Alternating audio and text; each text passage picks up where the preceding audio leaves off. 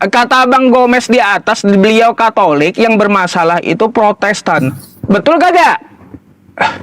Ya, nggak ada yang masalah sih sebenarnya. Itu hanya perbedaan teologi aja.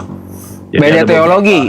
beberapa teologi yang mungkin dikritiki oleh Martin Luther pada saat itu. Ya no problem lah, karena setiap orang punya cara memahami teologinya masing-masing, kan begitu pada saat itu. Oke, sekarang saya mau tanya, Bang Gomez, kitab Anda ada berapa kitab total?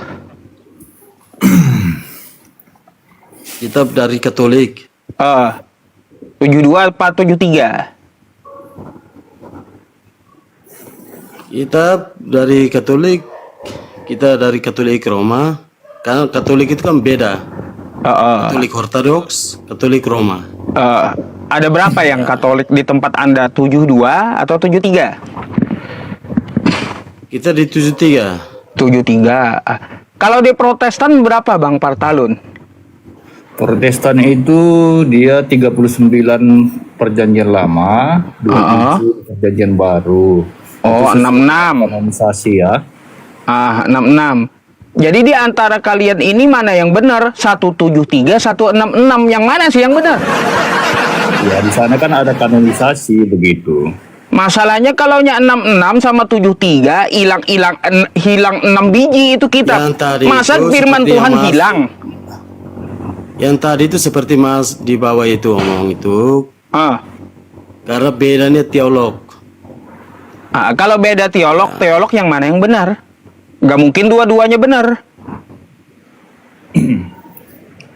Jadi namanya dia memahami dan mengkritiki beberapa keputusan Katolik Roma pada saat itu, secara khusus tentang indulgensia ya, surat bahwasanya ketika orang bisa membeli itu maka dia dihapuskan dosanya. Ya begitu ya Bang Gomez ya, kira-kira sederhananya ya. Betul. Nah, jadi itulah yang salah satu yang dikritiki oleh Martin Luther saat itu. Jadi Ya. yang dibuang itu 7 kitab itu tentang kitab apa sih Bang? Masa firman Tuhan bisa dibuang gitu loh? Kita berbicara tentang itu. Kenapa muncul tadi Kristen Protestan tadi begitu ya? Nah, begitu. Iya, saya heran aja. Kenapa kalian saling kritik gitu? Ya nggak Seperti apa-apa. Islam juga toh, Islam Sunni sama Islam Syiah juga kan Iya, beda iya. itu. Oh, Sama, kalau tapi itu gini Bang. Kalaunya di Islam masalah Sunni Syiah itu yang dibedakan adalah masalah furu, cabang gitu. Nah, apalagi kan dengan NU atau Muhammadiyah, furu atau cabang, bukan masalah ketuhanan atau kitab, beda jauh gitu. Bukan masalah akidah masalahnya. Kalau kalian kan kitab itu sudah menyangkut akidah. Kalau hilang 7 firman Tuhan, mana yang betul di antara kalian? Heran saya jadinya. Coba kalaunya kita lihat kitab NU Al-Quran, ada 6.236 ayat. Kitab Muhammadiyah Al-Quran ada 6.236 ayat. Nggak ada bedanya. Kalau kalian 73 sama 66, kemana 7-nya? Itu kan deuterokanonika. Jadi memang Katolik percaya bahwa Alkitab dan tradisi memiliki otoritas yang sama ya. Sedangkan Protestan itu memahami bahwa Alkitab itu hanyalah satu-satunya otoritas bagi Protestan. Begitu. Jadi beberapa kitab yang berbeda tadi seperti kitab Tobit, Sirak, Baruk, Makabe itu Barnabas. tradisi ya. Jadi nggak ada masalah di sana, saya pikir. Jadi enggak. Itu hanya masalah kanonisasi ya. Kalau dikanonisasi bisa 7 hilang itu kayak gimana Bang prosesnya? Gitu dia. Ya itulah perbedaan yang muncul selama reformasi tadi, pada abad yang ke-16 tadi, kan gitu. Sehingga ada yang Dari Martin Luther. beberapa direformasi. Tahu artinya reformasi kan? Kan begitu. Kalau Martin Luther menurut pandangan Katolik gimana Bang Gomez? Iya. Menurut saya dia kan orangnya sebelum itu dia itu orang Katolik. Dia itu bapak uskup. Betul, saya tahu dia Katolik Karena asalnya belajar Martin dia Luther teologi, itu. maka beda pemahaman, makanya dia terjadi reformasi yang dibuat oleh Martin Luther. Dia membawa orang Katolik, banyak Katolik yang keluar dari Katolik mendirikan Protestan. Ya. Tapi hanya bedanya itu. Jadi menurut Katolik, Bang, menurut Katolik secara psikologinya, Mas, tunggu dulu, secara psikologinya itu yang saling kritik, saling membahaskan itu kan kebanyakan dari teman-teman dari Protestan. Kalau kita Katolik itu hanya cari makan, minum, hanya berdoa saja ke Tuhan, tidak kritik agama orang lain. Seperti juga Islam. Islam sebagian yang cari makan minum, sebagian yang suka itu. Tapi tidak semuanya. Jadi Protestan ini memang tukang protes dari dulu gitu ya. Tukang protes dari dulu rupanya. Ya. Enggak, yang saya maksud gini, Bang Gomez ya. Martin Luther itu sebelumnya Katolik, lalu dia bikin Protestan. Menurut Katolik, Martin Luther itu sesat atau kagak gitu? Saya tidak bilang dia sesat, tapi dia salah jalan. Salah jalan ya sama aja nyasar. Bahasanya aja beda, Bang, ini puter-puter kosakata rupanya. Jadi menurut Katolik Protestan sesat, baik. Kalau menurut Protestan gimana, Bang Partalun, terhadap Katolik? Katolik kan menurut Protestan adalah penyembah berhala, penyembah patung gitu. Nggak ada paham itu bagi Protestan bahwa Katolik sesat, penyembah berhala, nggak ada. Itu hanya penyembah patung. Nggak ada pemahaman itu. Nah, Martin Luther kan protesnya karena Katolik menyembah patung, menyimbolkan patung. Gimana sih? Bukan. Makanya dia bikin Protestan. Makanya ya salibnya Katolik dengan salibnya Protestan beda. Kalau di Katolik ada Yesusnya, sedangkan di Protestan tidak ada Yesusnya. Disitulah Martin Luther protes sama Katolik bahwa itu berhala. Gimana sih? Itu gak ada dasarnya. Salah. Mau salibnya gimana pun itu yang penting dia hanya memahami itu adalah dia mau melihat bahwasanya itu ada pengorbanan di sana. Artinya dia salib itu kan begitu. Mau ada Yesusnya di patung salib itu, mau nggak ada Yesusnya is no problem lah, kan begitu. Iya, makanya saya juga heran jadinya. Mana yang betul? Di salib itu aliran yang betul ada patungnya atau yang kagak ada gitu. Kita itu tidak menyembah berhala. Iya. Patung itu sebagai simbol. Simbol saja. Terus tapi kita di Protestan kan nggak ada tuh. Kuasa. Ada di gereja saya ada patung salib, patung Yesus. Ada juga. Ada, no problem. Oh ya, berarti nggak masalah tentang masalah itu ya? Kakak. Nggak masalah itu. Kalau di Protestan itu ada yang terpecah lagi, seperti Yosua itu beda lagi sama teman-teman kita yang di Protestan, tidak sama lagi. Pecah berapa lagi? Kok pecah lagi? Assembleia, Osana, begini tuh. Ada kalau Protestan itu ada Hosana, ada karismatik gitu maksudnya. Iya. Kalau di Katolik? Kalau di Katolik hanya satu saja Katolik. Kalau Katolik Roma dengan Ortodok kan beda, Bang. Kita ke Roma, ke Amerika. Ada gereja Katolik di sana, kita sembahyang saja. Kalau Protestan kan tidak sama. Bedanya dengan Advent apa? Lihat seperti evangelik, Osana. Mereka ada yang Osana, mereka sembahyang ke Osana. Ada yang evangelik, mereka sembahyang di evangelik. Kalau Katolik tidak seperti ini. Banyak di Franciscanus, Canosianus, Santo Antonio, Santa Maddalena, tapi hanya satu saja. Oh, berarti ada ini ya, ada sekte-sekte tersendiri berarti gitu ya. Sendiri, tapi di Katolik banyak sekte, tapi hanya satu Katolik, yaitu di Roma, pusatnya di Roma. Iya. Tanggapan Bang Partalun apa nih? Sebelum kita bubar gitu. Jadi saya Ya. dapat poinnya udah. Jadi kenapa ada Katolik, Protestan, Karismatik, Metodis dan lain sebagainya? Itu adalah gerakan-gerakan reformasi lainnya. Kenapa? Seperti Martin Luther, dia melihat ada teologi yang tidak alkitabiah yang pada saat itu dilakukan, dicetuskan oleh Katolik. Salah satunya tadi menjual surat penghapusan dosa dan beberapa hal lainnya. Yang kedua, kenapa muncul seperti gerak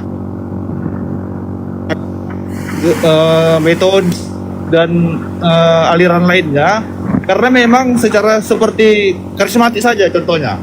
Setelah Luther mendirikan gereja Protestan, muncul lagi bapak gereja yang memahami bahwa loh, Martin Luther ini terlalu sibuk memikirkan teologi, tetapi dia tidak terlalu fokus kepada ya ibadah, kesalehan dan lainnya tentang ibadah ya. Sehingga bapak gereja ini merumuskan kembali liturgi yang mereka anggap lebih baik daripada apa yang sudah Martin Luther lakukan. Itulah muncul cikal bakal munculnya aliran-aliran Protestan yang lainnya. Saya pikir tapi semua gereja ini tidak pernah berbeda. Dia tetap menyembah Yesus Kristus. Nah, itu dia yang dasarnya.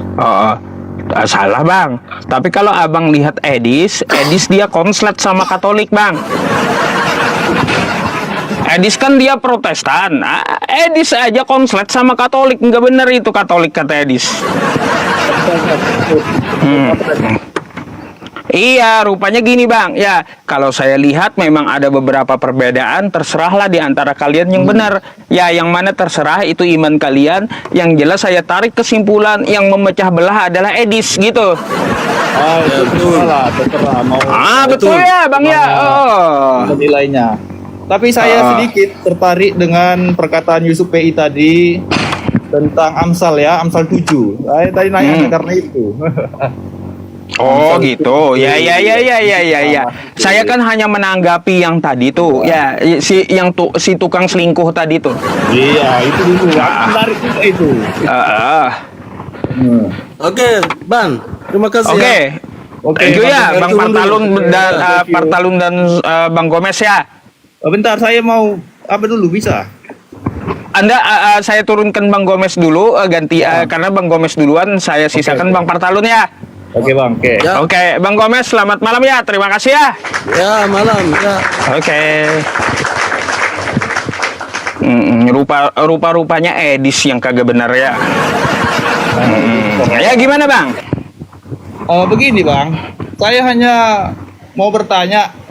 Sebenarnya cara Abang membaca dan memahami ayat-ayat Alkitab itu gimana sih metodenya?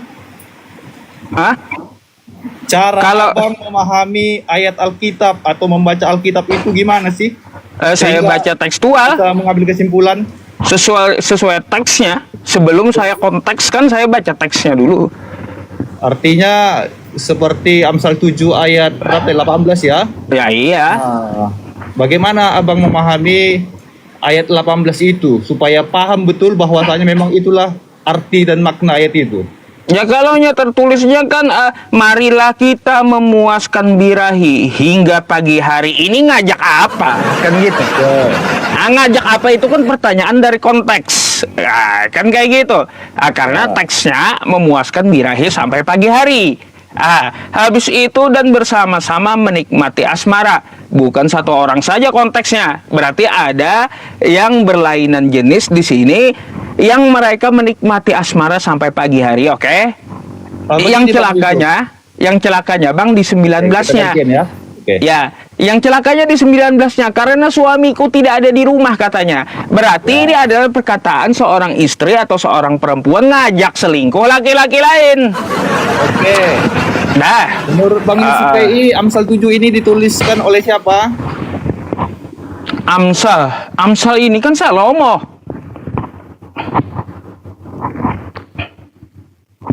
Oke. Amsal 7 ini ditulis oleh siapa? Salomo kalau Amsal ini. Ya, oke. Berarti giliran saya ya.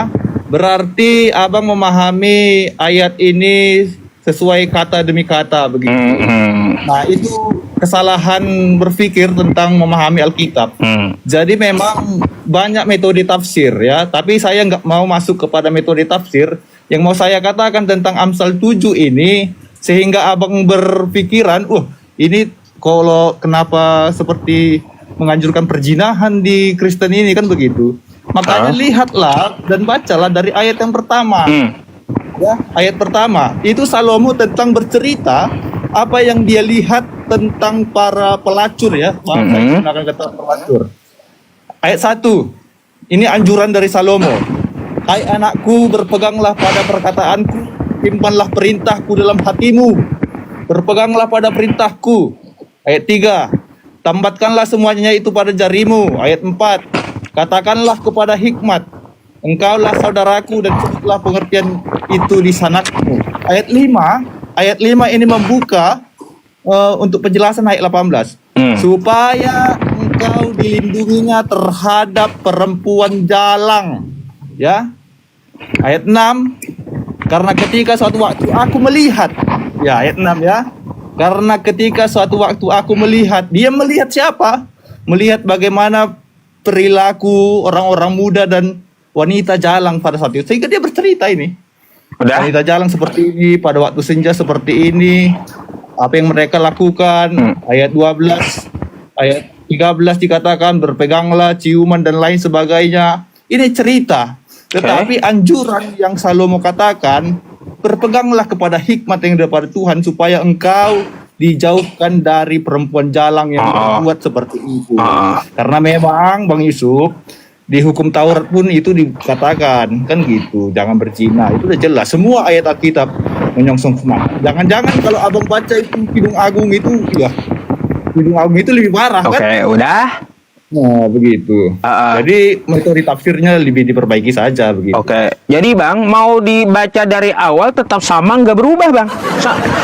Anda menjelaskan ya tentang masalah Salomo untuk menghindari perempuan jalang. Saya tahu, ya saya udah baca dari pertama memang. Nggak mungkin saya nggak baca. Tetap saja di situ menceritakan contoh yang tidak baik yang dimasukkan ke dalam ajaran kitab suci. Nggak berubah. Artinya apa? Tetap aja ada sebuah perzinahan yang dituliskan di dalam kitab suci, ya. Dicontohkan dulu agar perbuatan seperti ini terlarang. Itu namanya ajaran. Kagak perlu juga Bang, ya kalaunya mau memerintahkan orang percaya dengan hikmat, cukup dengan larangan. Kagak perlu diceritakan marilah kita memuaskan birahi, ambil dada perawannya, ambil susunya di jama-jama. Apa coba? Tetap aja kayak gitu, nggak berubah. Nah, ini dia. Itu masalahnya. Ini kesalahan berpikir Anda tadi memang kan begitu. Jadi kita juga harus tahu ini Salomo ngomong sama siapa kan begitu. Kenapa dia harus perlu memberikan gambaran tentang perempuan jalang tadi dan efek-efeknya kan begitu. Artinya gini. Jadi, Bang, artinya yang saya maksudkan tadi adalah tidak pantas hal seperti itu masuk kitab suci gitu. Itu yang saya maksud. Apalagi kan kalau dibacakan pakai toa di gereja atau dibacakan sama perempuan, didengar anak-anak pakai toa, marilah kita memuaskan birahi, habislah satu kampung. Kan nggak bisa diajarkan kayak gitu. Nggak masalah, ini pernah dikotbahkan juga. Masalah itu. Coba Bang, bisa nggak dibacakan pakai toa di gereja, didengar oleh anak-anak? Bisa. Waduh, ya gereja mana? Tapi memang gereja itu selalu mengkontekskan ayat Alkitab yang mana dia mau sampaikan begitu. Gitu. Makanya dia selalu mendaratkan sesuai dengan siapa pendengarnya.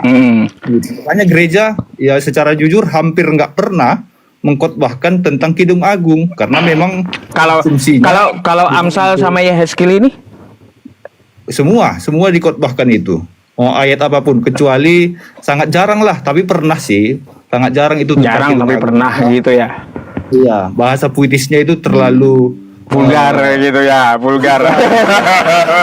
Iya iya iya iya. Tapi kalau Anda pelajari lebih dalam, Anda akan tahu artinya. Gitu. Oke. Oke.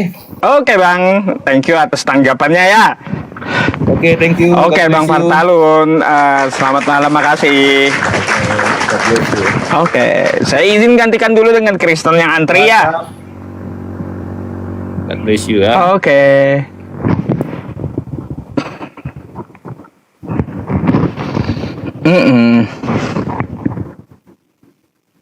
Siapa lagi nih? Ini siapa lagi nih? Gilirannya.